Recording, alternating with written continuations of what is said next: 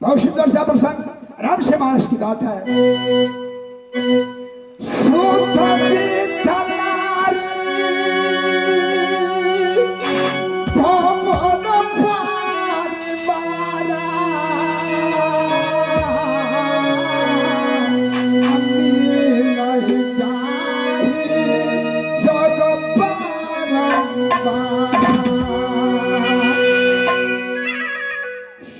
नाम बेटा 12 बार पा सकते हैं, पीत नाम बर्तन 12 बार खरीद सकते हैं, नारी सैकड़ों कर सकते हैं, महल सैकड़ों बना सकते हैं। यह सब बिचारी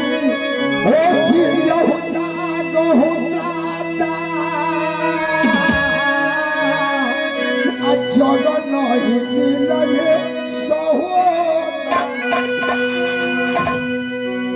साथी नहीं मिलेगा।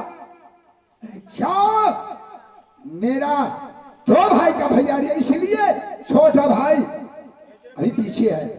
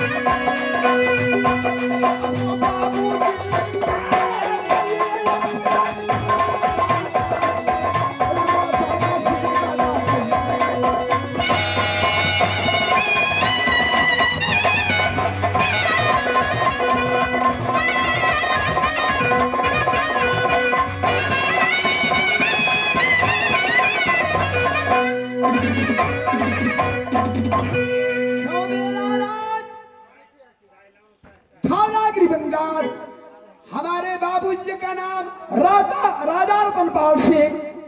चमके जागी मैंने 4 फलक फैला लिए, इसमें सबसे बड़े मेरा नाम यादव सिंह, हमारा छोटा भाई का नाम यादव सिंह।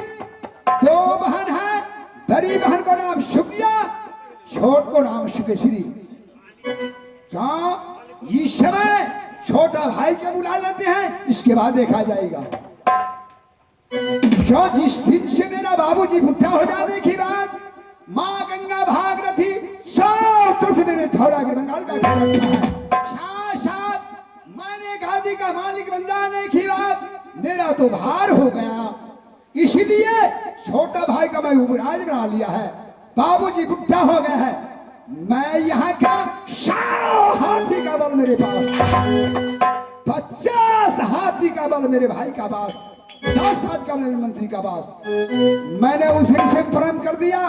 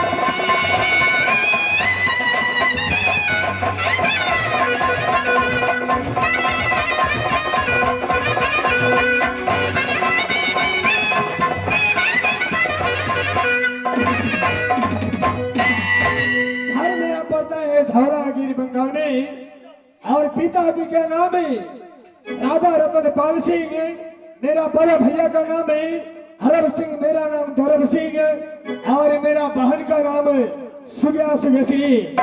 इस समय मेरा भैया जी क्यों मुझे याद किया है, मैं उससे मुलाकात करके मैं पूछूंगा कि भैया क्या हाल है।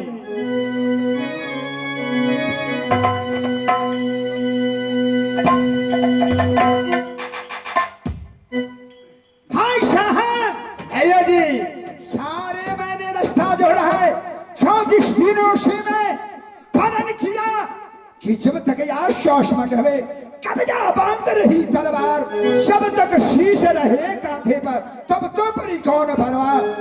क्या मेरा चला चलती हुआ, मेरा ताकत हुआ, सीते जी मेरे बाबू या किसी का ससुर नहीं बनेंगे।